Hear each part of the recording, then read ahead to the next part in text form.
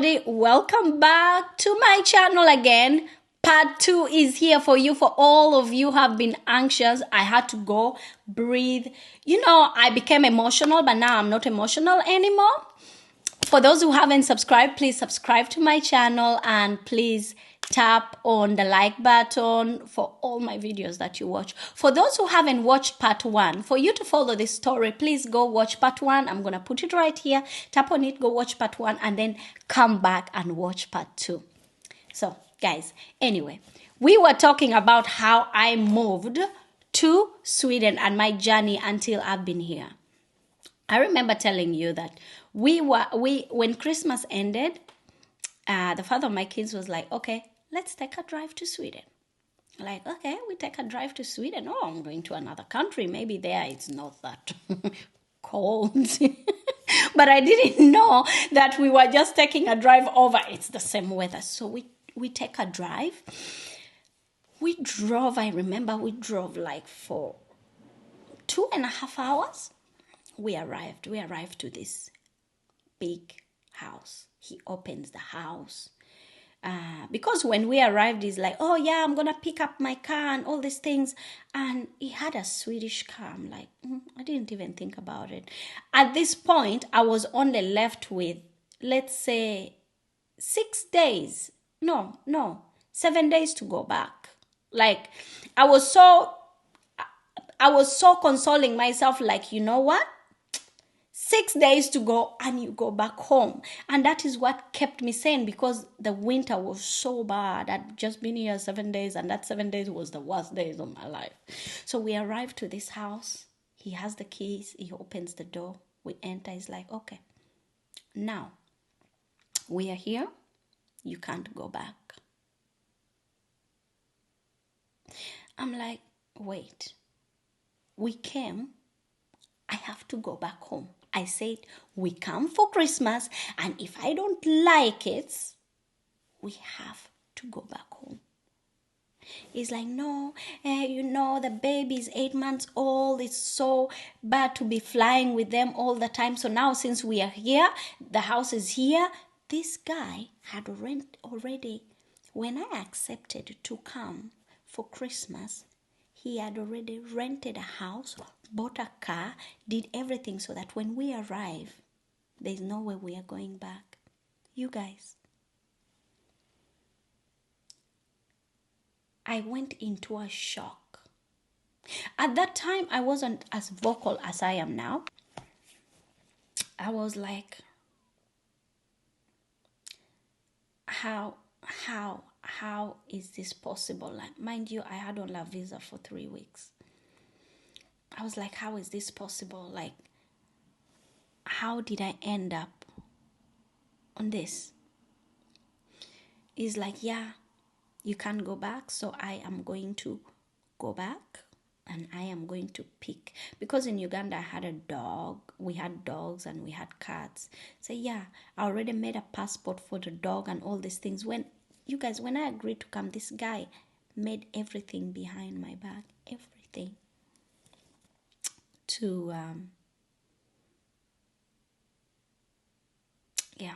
Anyway, guys, I panicked. I called my family. My family was like, okay, we are going to send your auntie over there to come and check where you are. Because now my family had we had never left our country before. Like,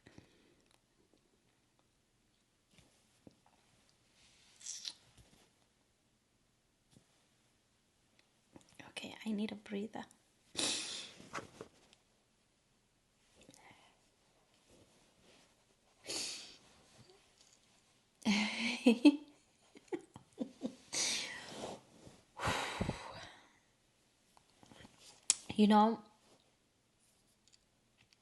Every time someone asks me, like, it seems you hate that place so much. Like, why do you hate that place so much? I don't hate the place.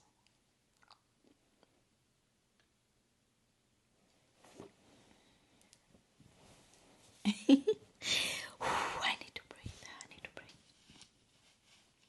Oh, it's really hard to film this one, but you know what? I said I'm gonna give you guys the story, and I'm giving you the story. It doesn't matter how hard it is, because this is going to help somebody out there. So anyway, when they told me I couldn't go back, now listen, that was my first time being on a plane. Like, everything here is in a different language. There's nothing in English. How am I going to just leave and go back? I don't know anything. I don't know the language. I don't know how to get to the airport and whatever. And this guy was like, if you leave with the kids and go back to your country, they're going to say you kidnapped those kids. So you have to stay. Guys, I packed for 2 weeks. 2 freaking weeks. 2 weeks I packed to come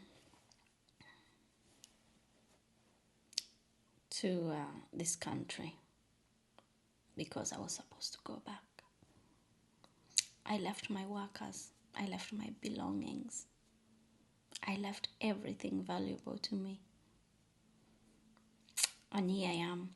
You know, when people ask me, like, how did you come to this country? Like, I say I was kidnapped. And it's true, I was kidnapped. I didn't come on my own will. Okay, I brought myself here, but remaining here, it wasn't my own will. I was tricked. So being tricked, that means you have been kidnapped. Guys, for the first 2 years, I could cry every day. And those 2 years were the toughest 2 years of my life. Like, I had to learn the hard way with the culture. You know, sometimes things happen for a reason, and it makes you stronger. And a lot of people say, Krina, you should be grateful. You should be grateful that you're in this place. Or you shouldn't be grateful. You should be grateful for this and that. Listen, you have to be grateful. I don't even know how to explain it. Like me, I can't say that I should be grateful for this. I have worked hard for everything up to where I am right now. I worked with sweat and, like, no one helped me out. So I don't have anyone to be grateful to. You know what? I could be grateful to myself for working so hard. But anyway, let's go back to the story. So when this guy tells me, like, you are not going back, mind you, this is a person who doesn't stay home. Like, literally, the guy maybe will be home 6 months a year or 5 months a year, sometimes 3 months a year. So, meaning I am alone with my children 70% of the time. So now you brought me to a country, it's the winter, I don't know anything. You guys, this guy gets on a plane, goes back to Uganda, picks the dog and the cat, brings it back to Sweden. Now I am stuck here. Okay, he has already put my papers into the immigration, all this thing, blah, blah, blah.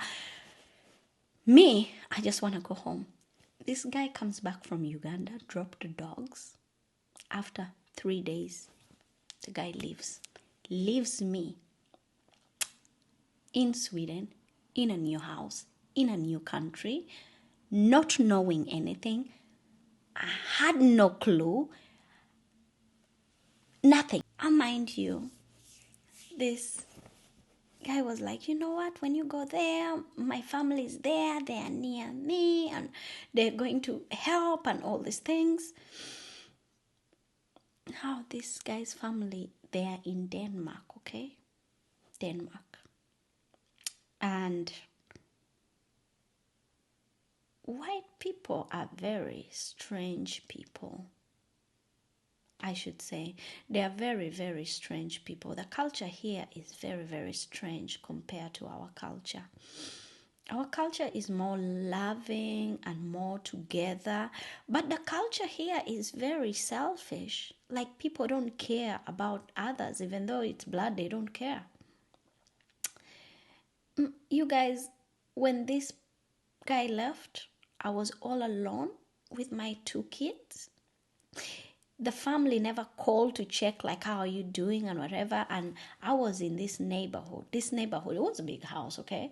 This neighborhood was only pensioners. You guys, when I say pensioners, I mean like older people who have retired, who have houses, who make their gardens so perfect and all these things. Now I have a dog, I have a cat, I have an 8-month-old and a 2-year-old in a country that I don't know. I don't speak the language. In Uganda, I drove on the left-hand side of the road. Here, I have to drive on the right side of the road.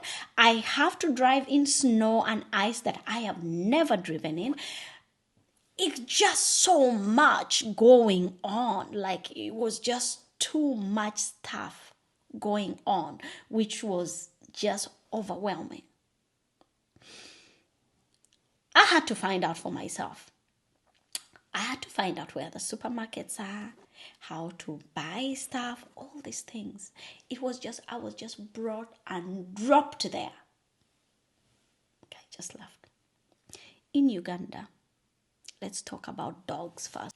The way we treat dogs in Uganda is totally different from the way people in Europe treat dogs. In Uganda, dogs are dogs. No one is gonna let the dog sit on the sofa, on the bed.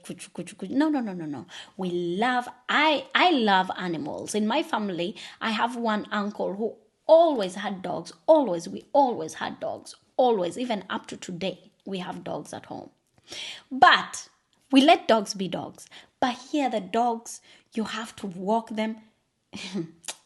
Hey, there's a saying I don't know if that is only in my culture or in my village. If someone says that you're like a dog, they have demeaned you down there. It's like the worst thing to say to someone, like, look at you, you're like a dog. Because for us, a dog is just a dog. If you call a human being a dog, it's like taboo. It's like the worst thing you can say to someone. Now I come here.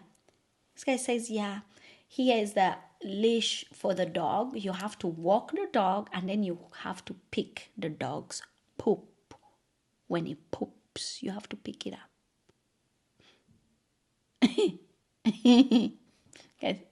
Wait, I'm still taking in the fact that I've been kidnapped to this country and I can't go back to my home country. My family is crumbling over there trying to send my auntie to come here to see where I am, because now my family can't do anything because they've told them if I go back with the kids, I would have kidnapped the kids and all these things. And my family, it was a lot of things going on. But anyway, I still have these lots of things, and I'm hearing that I have to walk the dog and pick the dog's poop.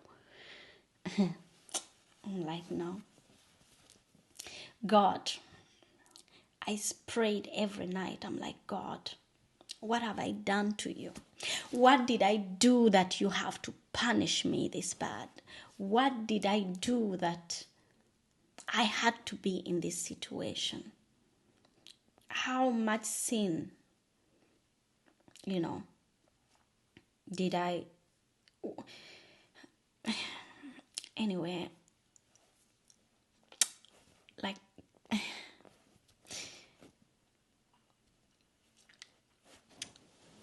So when he left, me and the girls and the dog and the cat were there. The neighbors were very strange neighbors. Like I said, they were old people, pensionists. They never came and said hello. Every time I go out, because I don't know the culture, I have never been here or no, I thought that cultures are all the same. Like I literally thought that in the whole world, everybody behaves the same way. So my friend right now, who is my best friend now, She contacted me on Facebook because she saw me. She was living in Denmark at that time. I think she saw me on Facebook and she contacted me and she felt sorry for me because I also have that thing when I see a new person who has moved here, who is a mother, who is with a white person, I automatically feel sorry for them. Like, guys, I'm not even lying. Like, I feel so bad for them that I feel like contacting them and talking to them and just checking how they feel. So she contacts me on Facebook. She's like, "Hi, how are you? I am Peace. I live in Denmark." And da da da. I was like, "Oh, how are you?" She's like, "Yeah, welcome. If you need any help or anything, just let me know. I know you don't know me, but I am here. If you feel a certain kind of way." I think she was like a godsend. So I receive. I'm trying to like settle into this place, settle into this Sweden and whatever. I didn't know anybody. I didn't know any friends. Nothing. At the same time, my auntie is preparing to come to be with me. So, guys, now here's what happens.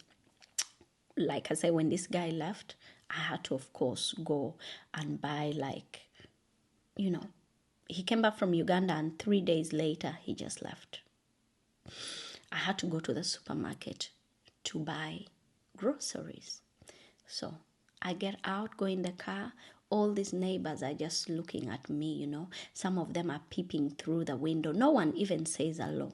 Nobody was saying hello to me. Like, they were all looking at me like I'm some strange creature or something. So listen, I'm an African woman, dark, don't know how to dress, don't know how the weather is. I'll show you some of the pictures. I'll put some of the pictures here. You guys will see. You're going to laugh. I go to the supermarket. I remember very well the first day I went to the supermarket. When I arrived at the supermarket, having my child, one on the arm like this, the other one walking with her like this. I arrived there. Everything was in Swedish. At that time, I didn't know anything about Google Translate, okay? Don't even blame me. I didn't know. I'm like, I just need sugar. How am I going to get sugar? I start saying hello to people because where I come from, if you see somebody, you have to say hello to them. Every time I try to say hello to somebody, they all look at me like I am strange, like what is wrong with me? So I was like, hello to this one person and they just looked at me and they walked away. I'm like, I said hello to the next one. They were all like, confused. I tried to say hello to one who was just hurrying and running away from me. So I reached the supermarket. I want to buy sugar and milk. Let me tell you, mind you, in Sweden, there's so many different kinds of sugar. There's so many different kinds of milk. And the thing is, everything was in Swedish. I don't even know where the sugar is. So I try to ask, customers in the store. I try to say, hey, excuse me. Everyone is going away. Oh, excuse me. Everybody was running away. And in these small places, it's hard to get like supermarkets, to get like shop attendants to help you out. I am looking and I swear, with all the feelings that I had of being kidnapped and brought to this country and having to accept my situation, I go out, I'm saying hello and no one wants to say hello back. I try to ask for help. No one wants to give me help. All the emotions and the heartbreak and the pain. Oh, this is so hard. It is so hard. I need to breathe again.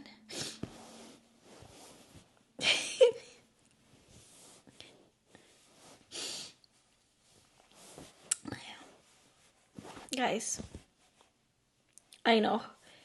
How I have to finish the story. Like, I need to tell you guys the story. But for this episode, we are going to just leave it here. And then we are going to continue tomorrow with something else. We'll continue tomorrow. I need to take a whole day and start to just put myself together. Thank you everybody who has been here, and wait for part 3 tomorrow. And please remember to like, subscribe, tap on the screen. Yeah, this is like the hardest thing I've thank you. Please subscribe so that tomorrow you will have the part 3, and thank you for being here.